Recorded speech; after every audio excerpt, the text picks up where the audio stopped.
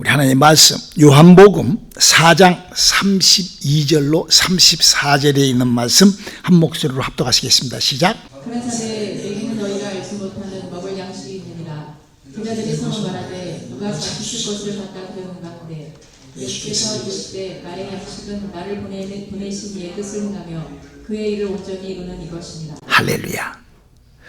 주님은 양식을 얘기를 했는데 제자들이 먹을 것을 알고 있었는데 주님은 엉뚱하게 아버지의 뜻을 이룬다 이런 얘기를 합니다. 먼저 복음 중재의 수단이라는 것은 무엇을 얘기를 하는가에 대한 얘기를 해드리겠습니다. 복음 중재의 수단이라는 것은 하나님께서 우리들에게 약속하시고 언약하시고 하나님의 약속의 말씀으로 주신 그 말씀을 복음에다가 이렇게 연결고리를 기는 거예요. 하나님께서 우리 인간에게 주신 말씀을 성경에다가 기록해 놓은 말씀을 복음이라는 곳에 고리를 거는 거예요. 그럼 복음은 무엇이냐? 그 복음은 가장 기쁜 소식을 복음이라고 하는 거예요.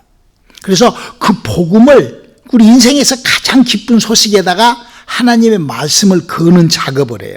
그러니까 하나님의 약속의 말씀을 사람의 믿음에다가 거는 작업을 하는 것을 복음 중재의 수단이라고 이렇게 제가 이렇게 한번 표현을 해봅니다. 그래서 우리 신약시대 때 예수를 믿는 사람은 어떤 복음을 중개하는 수단을 가지고 있어야 되는가? 그러기 위해서는 우리가 뭐가 필요하겠죠? 하나님의 언약과 약속을 알아야 돼요. 그래서 목사님 여러분들에게 하나님의 의도를 처음 여러분들에게 설교했을 때 성경을 어떻게 보느냐? 성경을 어떻게 보느냐는 굉장히 중요합니다. 거기서 종교와 기독교가 확 차이가 나요. 성경을 어떻게 보면 돼요? 여러분 성경을 어떻게 보면 돼요? 성경에 써져 있는 글씨를 그대로 읽으면 되는 거예요. 맞죠? 성경이 있으니까 그 성경을 그대로 눈으로 그냥 이렇게 읽으면 돼요. 읽으면. 그런데 문제는 그 읽은 그 글씨들을 잘못 해석해 버리니까 문제가 되는 거예요. 그래서 성경을 많은 사람들은 성경은 이거는 무슨 하나님의 영감으로 되어 있다. 천만에 맞습니다. 우리는 그동안에 그걸 배웠죠? 성경은 영감으로 된 책이 아닙니다. 하나님의 사자 여호와의 사자가 하나님이 보낸 하나님 아버지께서 파송하는 하나님 아버지께서 예수를 파송하는 것처럼 하나님 아버지께서 여호와의 사자를 보내가지고 그 여호와의 사자가 불러준 것을 모세가 받아쓰기 했다라고 우리는 배웠어요. 아멘입니까? 그렇게 써져 있잖아요. 출애굽기 24장에. 그러니까 그것이 써져 있어요. 그렇게 써져 있어요. 뭐 영감으로 되어 있고 그것은 그 사람들의 말단치지 성경은 하나님이 불러준 걸 사람이 받아쓰기 위해서 번역해 놓은 책이 성경책이라는 것을 우리는 배웠어요. 그리고 이제 그 성경에 대한 것들을 교정을 하면서 또 그 하나님은 그러면 그 성경에 기록된 것이 어떤 얘기들을 기록해 놨는가, 어떤 의도로 하나님의 의도하심에 어떤 것들로 기록되어 있는가라는 그런 하나님의 의도의 한 편을 우리가 19번째까지 우리가 공부를 했습니다. 그래서 오늘 이 복음 중개의 수단이라는 것은 마치 이런 것과 같아요. 우리가 음식 재료를 준비를 다 고급 재료를 음식에 성경 속에 정확하게 기록되어 있는 것을 뽑아다가 그죠? 음식을 재료를 다 준비해서 그 준비된 재료를 맛있게 요리를 해요. 복음 중개의 수단. 여러분에게 맛있게 먹이는 맛있게 덜하고 음식을 차려놓고 먹이는 그런 시간이 오늘 바로 복음 중개의 수단인 것입니다. 그래서 우리가 초대한 사람을 맛있게 먹는 성경에 그걸 그 복음 중대에 시작을 하면서 우리가 다시 한번 성경이 뭘 요구하고 있고 뭘 원하고 있고 하나님은 어떤 것을 간절하게 우리 인간들에게 이 말씀하고 계시는가 그 성경에 써져 있어요. 자, 우리 한번 요한계시록 22장 18절로 21절까지 한번 읽어볼까요? 시작. 내가 이 책의 예언의 말씀을 듣는 당인에게 증거하노니 만일 누구든지 이력을 외에 더하면 하나님이 이 책에 기록된 재앙들을 그에게 더하실 터이요 만일 누구든지 이 책의 예언의 말씀에서 제하여 버리면 하나님이 이 책에 기록된 생명나무와 및 거룩한 성의 참여함을 제하여 버리시리라. 이것들을 증거하시니가 가사대 내가 진실로 속히 오리라 하시거늘 아멘. 주 예수여 오시옵소서. 주 예수의 은혜가 모든 자들에게 있을지어다. 하나님의 약속은 살았고 운동력이 있고 하나님은 하나님이시기 때문에 하나님이 약속한 것을 반드시 지키시는데 그 모든 은혜가 우리 모두에게 있기를 성경의 약속대로 우리가 그렇게 소유할 수 있기를 주님의 이름으로 축원합니다. 성경의 약속을 소유할 수 있어야 돼요. 그래서 여기 지금 뭐라고 그랬죠? 말씀에 기록한 것을 우리가 어떻게 우리 눈으로 확인하면 되는 거예요. 그렇죠? 우리가 성경을 그냥 확인하면 되는 거예요. 그래서 여러분들이 성경을 영감으로 썼는지 아니면은 그렇게 그 다 확인해서 지금 19번까지 왔잖아요. 자, 그러면 오늘 이제 복음 중개의 수단을 하면서 지금 또 부탁하는 것이 뭐니? 성경을 혹을 붙여서 더 아무 말 되지 않지 하듯이 더 붙여서 하지 말고 그렇다고 그래서 기록되어 있는 것을 빼버리고 다른 거 이렇게 하지 말라는 거죠. 성경을 정확하게 알고 더하지도 빼지도 말하고 그러면 만약에 그렇게 안 됐을 때는 예수를 믿으면서도 재앙이 와요. 하나님을 믿으면서 재앙이 오는 이유는 하나님의 약속과 빗나간 일이 있을 때는 반드시 왜 그럴까요? 반드시 눈에 보이지 않는 악한 영이 있기 때문에 그러는 거예요. 그거를 성경을 아주 신랄하게 기록해 놨어요. 성경에서 가장 어려운 고통을 겪은 사람이 누군가니 욥이라는 사람이에요. 욥이라는 사람이 어떻게 하여 그 사람이 그런 고통을 당했는가?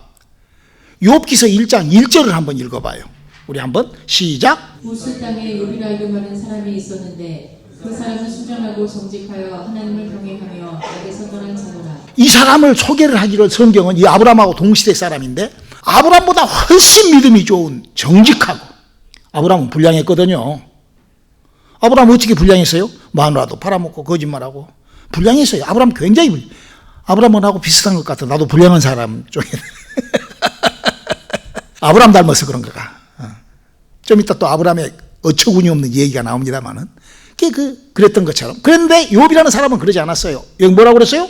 정직하며 순전하고 하나님을 경외하며 모든 악을 부리지 않았다. 이렇게 얼마나 그러니까 믿음의 사람으로 그가 얼마나 하나님을 경외하며 정직하며 죄에서 떠났다고 욥기서 1장 5절에 기록했는지 한번 읽어볼까요? 그 잔칫날이 지나면 욥이 그들을 불러다가 성벽히 하되 아침에 일어나서 그들의 명수대로 번제를 드렸으니 이는 욥이 말하기를 혹시 내 아들들이 죄를 범하여 한 마음으로 하나님을 대발하였을까 하니라. 제가 항상 이러하였다. 여러분들 이제 목사님 욥의 말씀을 여러 번 했는데 이제 지금 정리를 하다 보니까 이런 지금 얘기를 하는 거예요.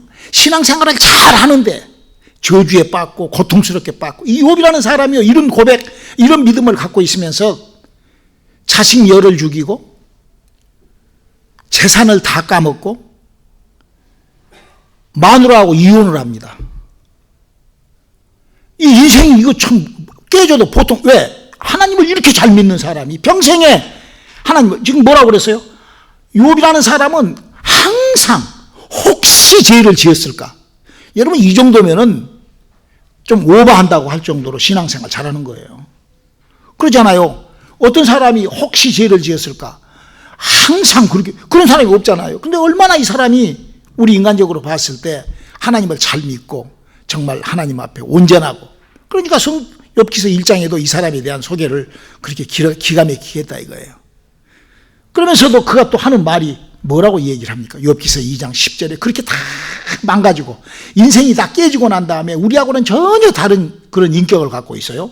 욥기서 2장 10절을 한번 읽어볼까요? 그가 이르되 그대의 말이 어리석은 여자 중 하나의 말 같도다. 우리가 하나님께 복을 받았은즉 재앙도 받지 아니하겠느냐 하고 이 모든 일에 욥이 입술로 범죄치 아니하니라. 욥은요 한 번도 하나님을 입으로 범죄하지 않을 만큼 하나님을 인격적으로 하나님을 만나서 인격적으로 하나님하고 관계하면서 인격적으로 그 인격 지금 이 인격이거든요. 욥의 인격이거든요. 욥의 신앙 인격 그렇죠?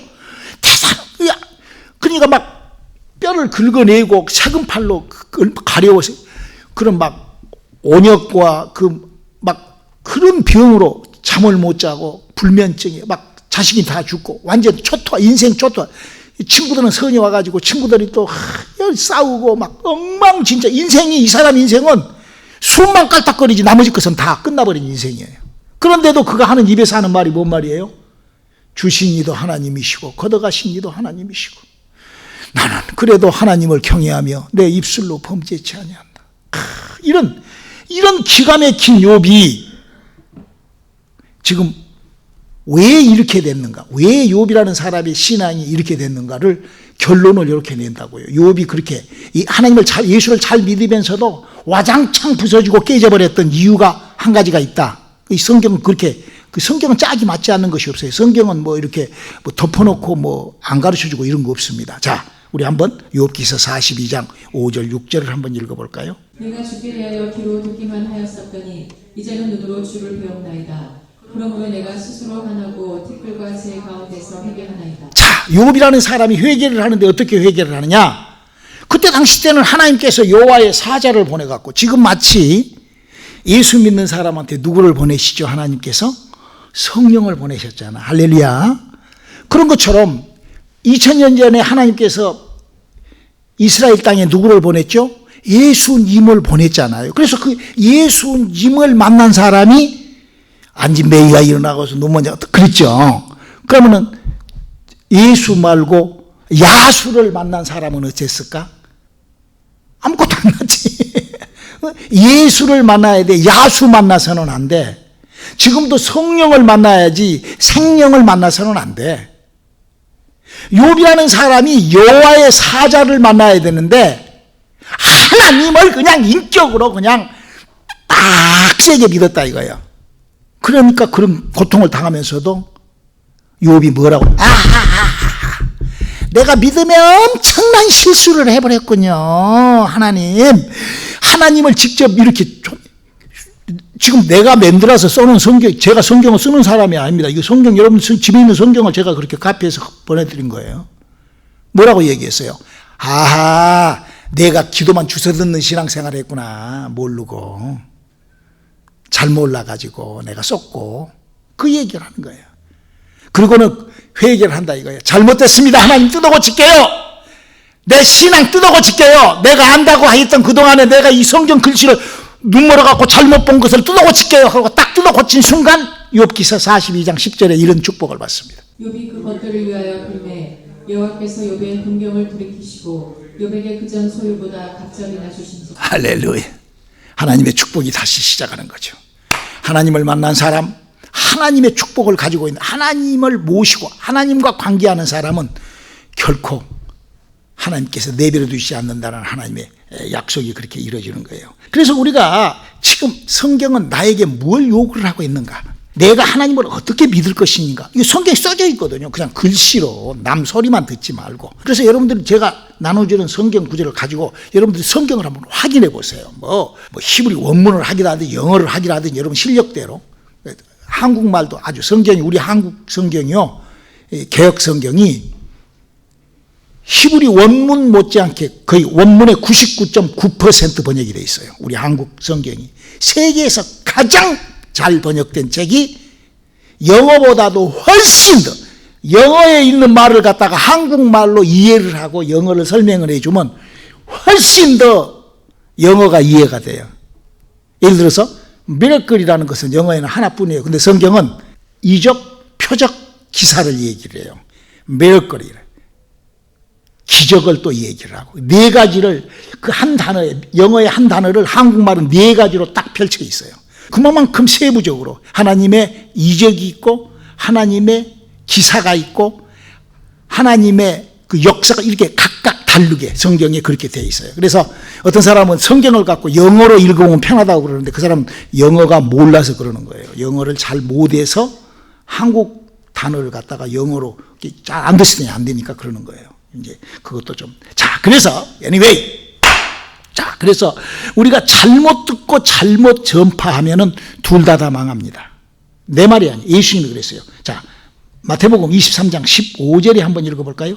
화 있을진저 외식하는 서기관들과 바리새인들이여, 너희는 교인 하나를 얻기 위하여 바다와 육지를 두루 다니다가 생기면 너희보다 배나 더 지옥 자식이 되게 하는도다. 이런 일이 계속 지금 어디서 안에서, 교회 안에서 여러분들이 느껴야 돼요. 왜냐하면 혹시 여러분들이 성경을 잘못 보고 있으면 지금 지옥 자식 되는 거죠. 뭐 성경하고는 전혀 다르게.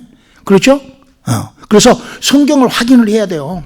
여러분들이 교회 나가면서 그냥 목사님이, 여러분 내가 아침에 밥 먹은 줄 믿습니까? 아멘 하시오. 아멘! 자기 밥 먹은 거하고 아멘하고 무슨 소용이 있어요. 그게 아니라 여러분들이 봤을 때 성경이 똑바로 써져 있으면 아멘. 성경에 없는 소리를 목사가 한다 그러면 가만히 일어나서 나가버려야 돼요. 성경하고 엉뚱한 소리를 하면 그건 잘못된 거잖아요. 지옥 자식 만드는 길이잖아요. 여기 지금 제 말이 아니라 그렇게 돼 있잖아요. 23장 33절 한번 읽어볼까요? 편들아 독사의 새끼들아 너희가 어떻게 지옥의 판결을 피하겠느냐. 자, 이건 내 말이 아니에요. 주님의 말씀이세요. 그럼 우리가 정말로 조심해야 돼요. 자, 그러면은 여기서 귀로만 듣는 신앙생활과 글씨로 보는 신앙생활을 한번 목사님이 여러분들에게 한번 선포를 할 테니까 여러분들이 한번 그동안에 여러분들의 신앙을 한번 점검을 해서요. 지금 저는 복음 중개의 수단, 성경을 가장 기쁜 소식에다가 걸어서 내가 소유하는 거예요. 그걸 지금 들어가기 위하여 하는 전초전 설교입니다. 자, 이 성경에서 하나님하고 밀접한 관계가 시작한 사람은 누구죠? 아브라함입니다.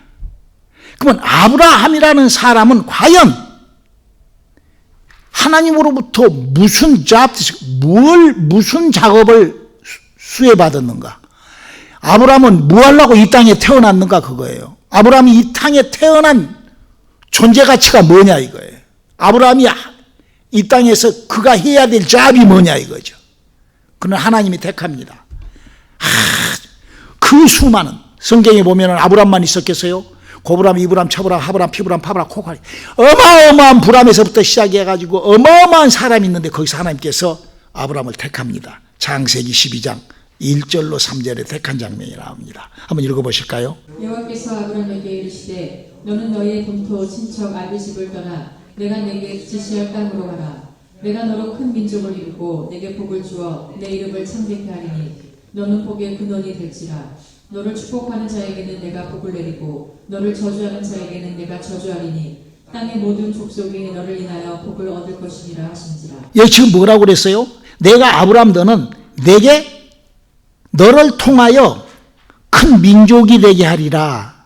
그리고 나머지 내가 너를 복을 주고 여러 가지 나머지 그러니까 아브라함의 주제, 아브라함이 아브라함이 신앙생활을 시작을 한 목적이 뭐냐? 너는 네 민족을 통하여 예수 그리스도가 네 자손에게서 나오게끔 너는 그 일을 해라. 여기 아브라함이 이 하나님을 만나고 아브라함이 신앙생활을 하게 된 동기요. 그렇게 해야 되는 거. 아브라함은 그렇게 해야 돼요. 신앙생활. 그렇죠? 지금 여기 그렇잖아요. 아브라함은 민족을 통하여 그렇게 나머지 여러 가지 소리가 있지만 마치 우리가 어떻게 되든지 간에 하나님의 자식이 되는 것처럼 할렐루야. 우리가 어떻게 되든지 간에 여러분 신앙생활을 어떻게 하든지 간에 좀 삐뚤어지든 어쩌든지 간에 우리가 어떻게 하든지 무엇을 해야 돼? 하나님 자식이 돼서 구원받아야 되잖아. 할렐루야. 우리가 구원받읍시다. 아멘. 우리가 조금 이 땅에서 어렵고 힘들더라도 구원받읍시다. 우리 구원받아야 돼. 그러니까 우리가 성령 받고 내 영이 살아서 영의 나라에 가야 된다고 구원을. 우리가 영의 나라 하나님 곁에 가야 되는 거예요. 그런 것처럼 아브라함에게 잡이 뭐냐? 아브라함은 내 말이 아니에요. 우리가 요한복음 5장 39절 한번 읽어봐요. 너희가 성경에서 영생을 얻는 줄 생각하고 성경을 삼가보니와 이 성경이 곧 내게 대하여 증거하는 것이로다. 그렇죠. 우리가요 성경에서 빼지도 말고 더하지도 말고 성경은 아브라함이라는 사람에게 하나님이 일을 뭐 시켜서 네가 만들어 놓은 네가 네 새끼를 통하여 예수가 와야 되니까 너는 자식을 잘 낳아서 예수가 낳게 해라. 여기 아브라함이 해야 될 일이에요. 물론 이제 여러 가지로 이제 부서적인 것들이 많이 있지만, 예? 자, 그런데 이 아브라함이 이렇게 얘기할 때가 75살인데 창세기 17장 1절 2절 한번 읽어볼까요? 아브라함의 99세 때에 여호와께서 아브라함에게 나타나서 그에게 이르시되 나는 전능한 하나님이라. 너는 내 앞에서 행하여 완전하라. 내가 내 언약을 나와 너 사이에 세워 너로 심히 번성케 하리라. 아니 지금 나이가 지금 이제 이 99세 때 아브라함이 나타나가지고 하나님이 나타나가지고 너는 내가 너에게 자식을 줄 테니까. 그러니까 18장 11절로 14절에 어떤 일이 있죠? 아브라함과 사라가 나이마다 늙었고 사라의 경수는 끊어졌는지라. 사라가 속으로 웃고 이르되 내가 노쇠하였고 내 주인도 늙었으니 내게 어찌 낙이 있으리요. 여호와께서 아브라함에게 이르시되 사라가 왜 웃으며 이르기를 내가 늙었거든 어떻게 아들을 낳으려 하느냐. 여호와께 능치 못한 일이 있겠느냐. 기한이 이를 때에 내가 내게로 돌아오리니 사라에게 아들이 있으리라. 이 우리가 어떤 그 단어 속에 어떤 이 얘기 속에는 주제가 있고 비주제가 있어요. 주제가 지금 아브라함에게 지금 하나님이 부탁하신 주제는 뭐예요? 뭘 요구를 하는 거예요? 너와 사라를 통하여 내가 네 자식을 만들어서 예수가 올 때까지 너를 자식 만드는 그 제너레이션에 내가 너를 쓰겠다. 지금 이 얘기잖아요. 근데 아브라함이 어떤 짓을 해요? 아니 믿음 있는 아브라함이 어떤 짓을 하냐고. 창세기 16장 4절을 한번 읽어봐. 아브라함이 하갈과 동침하였더니 하갈이 잉태함에 그가 자기의 잉태함을 깨닫고 그 여주인을 멸시한지라. 아브라함이 신앙생활을 잘하다가 엉뚱하게 하나님께서 응답 안 준다고 지가 엉뚱한 짓을 합니다. 그래갖고 지금 무슨 짓을 해요? 종 하갈하고 이스라엘을 자식을 낳아가지고 지금 중동 지역 이스라엘 말고 그 요르단 그 사우디아라비아 이란 이라크 쿠웨이트 전부 거기 지금 중동의 엉망진창 성경 속에 이스라엘하고 계속 믿음이라는 것이 빵꾸가 나면요 이런 이 아브라함이라는 이 친구가 이 신앙생활을 하나님의 말씀을 지 성질, 지 생각, 지 마음대로 성경을 해결하고 지 생활을 그렇게 해버린 바람에 지금 이 세상에 난리가 나잖아요. 물론 하나님은 아브라함을 통하여 이삭을 통하여 다윗을 통하여 자식은 태어났죠. 하나님의 일은 이루어졌죠. 그러나 그의 엄청난 실수가 어떤 일이 생겼어요. 지금 우리가 이 신앙생활이 똑바로 알고 해야 됩니다. 성경은 뭐라고 그랬어요? 더하거나 빼지. 성경은 그렇게 기록되어 있다고요. 우리가 교회에 들어와서 아브라함이 지금 뭘 만들었어요? 우리 한번 볼까요? 아브라함에게 마태복음 23장 15절 다시 한번 읽어볼까요? 하 있을진저 외식하는 서기관들과 바리새인들이여 너희는 교인 하나를 얻기 위하여 바다와 육지를 두루 다니다가 생기면 너희보다 배나 더 지옥 자식이 되게 하는도다. 뱀들아 독사의 새끼들아 너희가 어떻게 지옥의 판결을 피하겠느냐. 여러분 지금 아브라함한테 하나님께서 하라는 것이 뭐예요? 네가 내두르고 돌아다니지 말고 사라하고 기다렸다가 사라하고 같이 해서 이삭 낳고 자식 낳아라. 그랬더니 엉뚱한 짓을 신앙생활하면서 한다고요. 교회 영혼 사냥질한 거나 똑같잖아요. 그래가지고는 아브라함이 만들어 놓은 그 씨가 지금 전 세계에 지옥 자식을 지금 2배나 더 만들어 버리잖아요. 우리는요 이런 것들을 보면서 물론 아브라함이 이삭을 잡아 바치고 그 믿음이 멋있죠. 그 하는 행위가 멋있죠. 그러나 그 아브라함의 신앙 속에 그 잘못된 부분, 우리가 신앙생활을 하다가 한번 잘못되면요 그 잘못된 것이 올무가 돼요. 회개할 수 있기를 주님의 이름으로 축원합니다. 내 잘못된 것을 깨나가요. 왜냐? 에레미야 애가 5장 7절을 한번 읽어볼까요? 우리 열조는 범죄하고 없어졌고 우리는 그 죄악을 감당하였나이다. 그럼요. 성경은 글씨 써져 있는 대로 읽고 그걸 이해를 해야 돼요. 내 백성이 지식이 없으면 망하는 거예요. 성경은요 글씨로 써 있어요. 글씨로. 그래서 아브라함을 물론 좋죠. 우리가 아브라함에 대하여 아브라함의 믿음이 그런 4가지의 믿음을 하나님이 줬지만 한 가지를 갖고 가서 결국 나머지는 성공을 시켰고 하나님 앞에 자식을 바치고 막 굉장한 아무 말 대잔치 대장금이라는 그 연속극 있죠. 조선 증조시대 때 나온 거라고 하더라고요. 거기에 그 2조 실록에 2줄 써져 있대요. 2줄 분량에 기록되기는 10개인데 10군데 정도 7, 8군데 써져 있는데 2줄 분량으로 써져 있대요. 그걸 가지고 60회 대하 드라마를 만들어 갖고 대한민국 역사상 최고의 드라마로 아주 대히트를 쳐갖고 외국에까지 팔아갖고 돈을 버는 아무 말 대잔치 하듯이 지금 종교가 그렇게 돼서는 안 되는 거예요. 물론 우리가 이 성경을 정확하게 한다는 게 얼마나 중요한지 모르죠. 그럼 우리는 지금 어떻게 신앙생활을 해야 될까요? 우리는 아담과 하와로부터 죽어있는 영이 살아나는 신앙생활을 해야 됩니다. 할렐루야. 왜냐하면 우리는 내 영이 갈 때가 있어요. 내 안에 아담과 하와로부터 죽어버렸던 내 영이 갈 곳이 있는 사람들입니다. 그게 구원이에요. 그 예수를 믿는 목적이 영 살라고 믿는 거예요. 교회를 나온 목적이 아담과 하와로부터 죽어있는 내 영이 살아나야 돼요. 성경은 그걸 얘기를 하고 있어요. 그래서 교회에 들어왔는데 혹시 고아와 같이 행동하지 말라는 거예요. 고아가 뭐예요? 우리 고아원에 있어 봤잖아요. 우리 다 알잖아. 고아원은 뭐예요? 고아원은 세상에서 춥고 떨고 어렵고 홈레스들이 들어가는 곳이 고아원이에요. 고아원에 가면 아버지가 있어. 그 아버지 그러면 잘해줘. 그러지만 친아버지와 아들이 다르잖아요. 그 고아원 원장의 아들하고 바깥에서 들어온 거지 아들하고는 다르죠. 예수님이 그러셨어요. 내 말이 아니요. 우리 고아처럼 그렇게 신앙생활 하지 말라는 거예요. 요한복음 14장 18절 먼저 읽고 17절 읽습니다. 내가 너희를 고아같이 버려두지 아니하고 너희에게로 오리라. 저는 진리의 영이라 세상은 능히 저를 받지 못하나니 이는 저를 보지도 못하고 알지도 못함이라. 그러나 너희는 저희를 아느니 저는 너희와 함께 거하시며 또 너희 속에 계시겠습니다. 여러분 이 성령님이라는 분은요 몸 밖에 기다리시다가 우리 속으로 쑥 들어와요. 뭐 하려고? 우리 죽어있는 영 살리려고. 그래서 몸 밖에 계시다가 우리 속에 또 요한계시록 3장 20절에 그래서 그 성령이라는 영은 하나님의 유전자예요. 하나님의 DNA. 뭐 인간이 뭐 믿어가지고 뭐 회개하고 하나가지고 십자가 뭐 이래가지고 뭐 아무 말 대잔치 해가지고 막 뭐 장금이 대장금이 막 속편 이렇게 하는 것이 아니라 물론 그런 것도 필요하죠. 그 대장금 연속 보면서 야 조선시대 때 이러면 조금 알죠. 조선시대 때 조금 알죠. 근데 그것이 아니요. 신앙생활은 그렇게 하는 게 아니요. 복음 중개의 수단. 나는 어떤 복음을 걸 것인가? 나는 어떤 복음을 내게 어떤 복음을 나는 전파할 것인가? 지금 우리 하나님께서는 우리에게 고아처럼 신앙생활하지 말라는 거예요.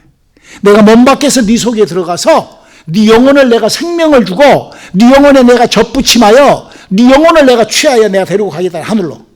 그 하늘에 올라가는 것이 그냥 교회에서 고아같이 그러고 있지 말고 인 맞아버리라는 거예요. 진리로 인 맞아버리라는 거예요. 하나님의 DNA를 내 영혼에 집어넣어버리라는 거예요. 오늘의 성교교회는 그런 작업을 하는 교회입니다. 할렐루야. 기도하시겠습니다. 하나님 오늘 복음 중개의 수단을 우리가 같이 나누어 봤습니다. 성경에 문자로 기록된 것들이 우리가 헷갈리지 않고 성경이 무엇을 원하고 있는 그 주제 파악을 주제를 잘 파악하여 비주제, 비논리를 우리가 걷어내는 우리의 믿음에서 잘못되어 있는 것을 욥처럼 회개하여 정직하게 회개함으로 하나님의 축복과 함께하는 우리들에게 도와주시옵소서. 예수님 이름으로 기도드렸습니다.